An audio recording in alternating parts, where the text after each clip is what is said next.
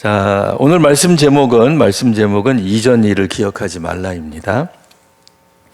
1959년에 그 과거를 묻지 마세요라고 하는 영화의 주제곡으로 삽입된 노래가 있었습니다.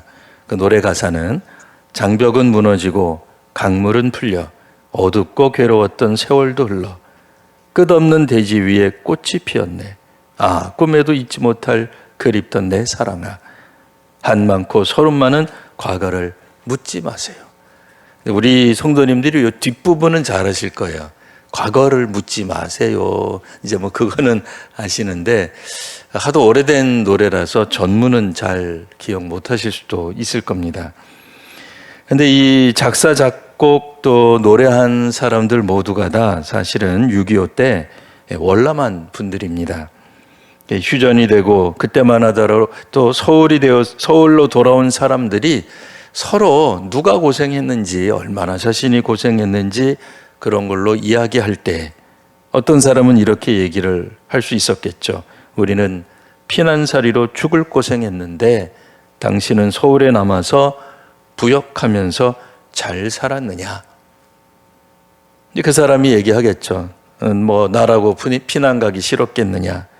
몸이 불편한 노모를 두고 갈 수 없어서 남은 것이다. 사실 우리들은 어려운 시절을 견디기 위해 남들이 손가락질할 만한 그런 정말 밑바닥 일도 서슴지 않고 하면서 살아왔습니다. 암울한 시대에 누가 누구에게 도대체 손가락질할 수 있단 말입니까? 그래서 이 노래는 뭐 남녀 간의 사랑을 이야기하거나 혹은 그냥 단순히 과거를 묻지 말아달라는 그런 노래가 아니라 아픔은 있고 서로 용서하며 화합하며 살아보자는 메시지가 담겨 있는 우리 옛 노래입니다. 이와 비슷하게 구약 이사야서에서는 오늘 하나님이 이스라엘 백성들에게 다음과 같이 말씀하십니다. 뭐라고 말씀하세요? 너희들은 지나간 일을 기억하지 말고 또 옛 일도 생각하지 말아라. 왜냐하면 하나님이 새로운 일을 하시기 때문이에요. 하나님은 광야에 길을 내셨고 사막에 강을 내셨습니다.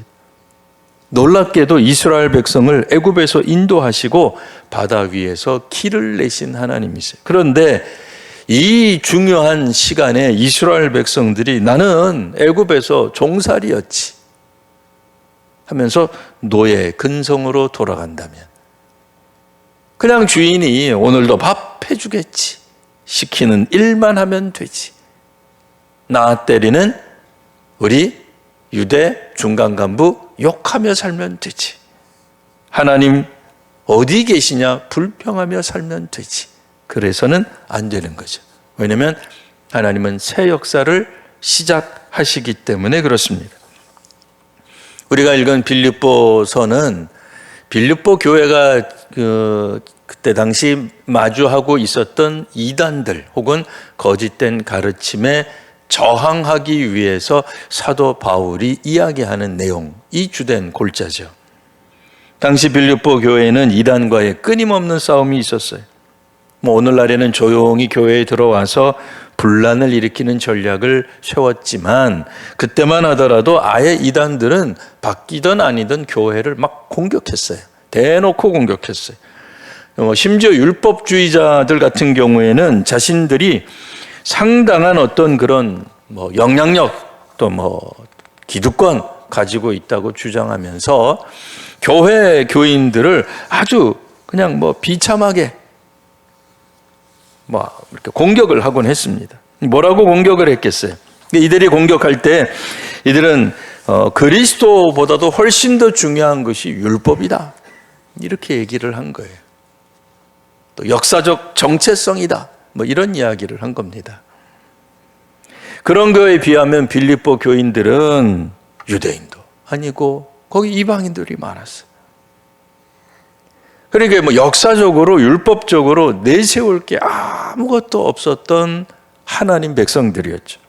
그때 율법주의자들이 말하길 우리는 역사적으로 순수혈통이요, 종교적으로는 구약의 백성이다, 이런 거 자랑하면서 교회를 핍박했던 겁니다.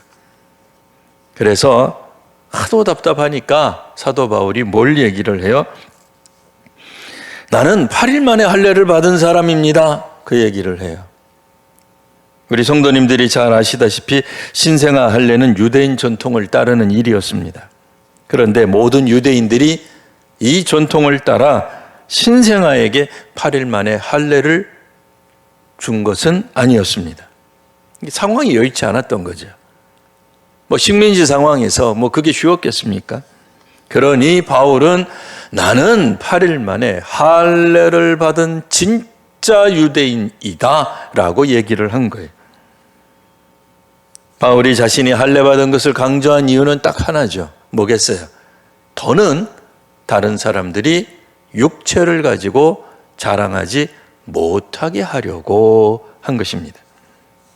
율법의 관점에서 보면 자신은 자격을 갖춘 사람이라는 뜻입니다. 빌립보서 우리 또 6절 보시면 나는 흠이 없는 자다. 그런 얘기를 해요.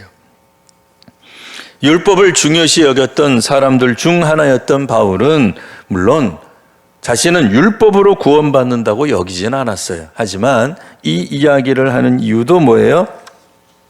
나도 율법에 흠이 없었던 사람이지만 나조차도 구원을 위해서는 율법만으로는 되지 않는다는 것을 깨달았습니다. 이 말을 하려고 바울은 자기 자신의 흠이 없는 혹은 유대교적 정통성 혹은 자기는 어느 지파요, 나는 바리새인 중에 바리새인이요, 등등 이런 것들을 강조했던 것입니다. 그리고 이제 바울이 마지막으로 이야기하기를 우리가 정말 필요로 하는 것은 무엇인가? 그리스도의 죽으심을 본받아 살아가는 것이다 라고 하는 것입니다. 그러기 위해서는 13절에 있는 것처럼 잡은 줄로 여기지 아니하고 살아야 돼요. 그러니까 매사에 겸손함으로 살아야 됩니다. 자신이 구원의 도를 확실히 잡은 것으로 여기지 않았다는 말은 자칫 잘못 들으면 바울이 믿음이 없었나? 라고 들릴 수 있으나 그런 뜻이 아니죠. 겸손하게 살아갔다는 얘기입니다. 그러니 다른 사람들을 임의로 함부로 정죄하지 않는 자리에 서게 될 수 있는 거죠. 우리는 아무리 신앙적으로 좋은 의도와 목표를 가졌더라도 겸손하게 접근해야 할 줄 믿습니다. 그래서 우리는 13절에 있는 것처럼 뒤에 있는 것은 잊어버리고 앞을 향해 나아가야 됩니다. 하나님 나라의 완성을 위해서 만일 우리가 계속해서 과거에만 매여 있다면 우리가 왕년에 뭐 했다, 이만한 어떤 업적을 이루었다, 내가 나가서 한번 전도하면 몇 명이 회심했는데, 내가 아동부, 중고등부 할 때는 몇백 명이 모였는데를 여전히 자랑하고 있다면 우리는 더는 앞으로 나아갈 수 없을 것입니다. 우리 주님이 오늘 우리에게 부르신 부름의 상을 목표로 삼고 앞으로 나아가셔야 됩니다. 그러기 위해서는 뒤의 것을, 이전 것을 잊으셔야 됩니다. 우리 자신의 부끄러움도 잊어야만 하지만 또한 우리의 잘난 면도 잊어야 합니다. 그렇지 않으면 다른 사람들을 비난하는데 자기 자신의 과거를 사용할 수 있기 때문에 그래요. 우리는 비난하고 정죄하기 위해 부름받은 사람들이 아닙니다.